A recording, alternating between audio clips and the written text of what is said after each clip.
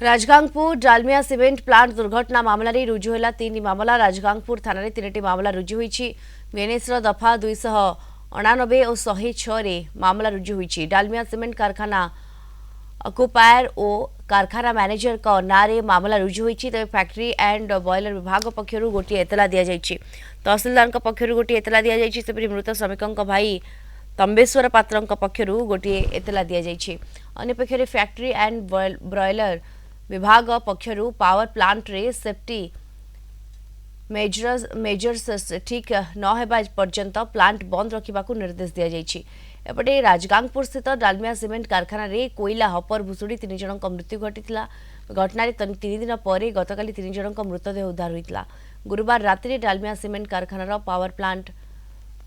Boiler को कोयला जोगाउथबा 2टी bunker भुसुड़ी पड़िबा फल अघटन घटिथिला। ये जो घटना पर